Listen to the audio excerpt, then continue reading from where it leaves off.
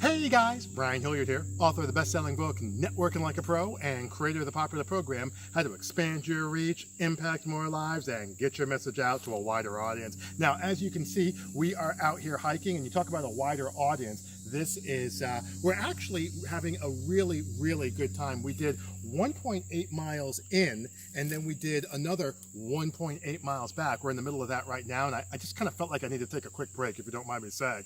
Anyway, one of the things I wanted to talk with you guys about was the idea of what I call the death of the niche market. Or to put it a different way, do you really need a niche market in order to be successful? Because you hear a lot of experts, you hear a lot of gurus, you hear a lot of people talking about how you are going to, if you want to be successful, you need to have a niche market. Well, one of the things that I say is I understand where they're coming from, but I gotta say respectfully, I might push back on that. So do I believe that you need a niche market to be successful? I actually don't. Do I feel that you need to not be everything to everyone? So double negative, not be everything to everyone. I do agree with that. So let me unpack that a little bit and give you an alternative real quick.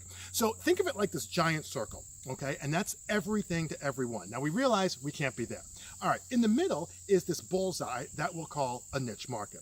The problem I had with the niche market is it felt constraining. To me, it felt constrictive. It felt like I was missing the boat. I realized I didn't want to be out here, but I also didn't, for me, I didn't like the feeling of being in here. It felt bottled up. Okay, so what I talk about is this idea of a buying market. All right, a buying market is not a niche market, but it's not everything to everyone. For our planetary and astronomers out there, we would call that a Goldilocks planet, right? Not too hot, not too cold. A buying market is very similar. It's something where you still have a little bit of structure in terms of who it is that you want to get in touch with, but it's not trying to be everything to everyone. Now, my good friend Marshall Bishop actually was really helping me with this, and one of the things that we did was we created what we called a client profile. All right. So what I did was I said, listen, let's take a look at who's in this buying market, and let's kind of put together a composite of what this client would look like. So for me, it might be somebody, it's usually a woman. It might be somebody 35 to 55. It might be somebody who we're trying to be successful in terms of getting out there, and they're looking to grow, and they're looking to obviously move themselves forward. And there's a few other things. They might even be somebody who has like a teaching background or whatever the case may be. All right. Now, what happens is that becomes a profile in terms of when I'm going out and networking, when I'm going out and speaking, when I'm talking to people just in general, I'm able to see, just like art, here's how I describe it.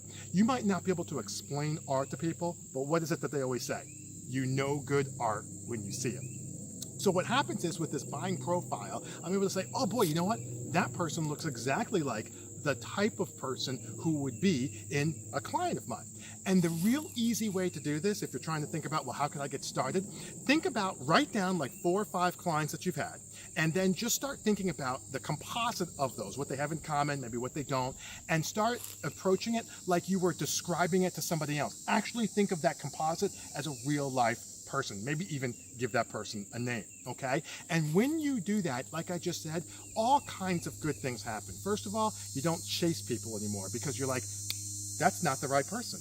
Or you do when you see them online, or if you see them networking, or if you see them, again, presentations, you're like, boy, you know what? That is the right person. It doesn't feel too constraining, so you still have something that you can work with, but it's not trying to be everything to everyone at the same time, all right? So for me, getting back to the original question, is there room for a niche market, or do you need a niche market to be successful?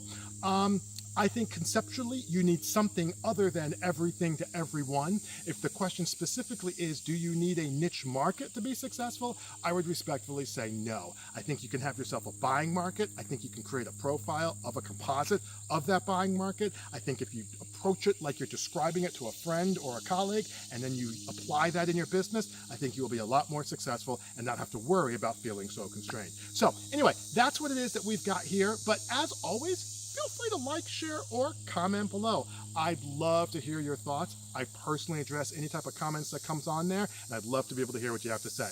But in the meantime, my name is Brian Hilliard, saying so long, take care, and thanks so much for your time.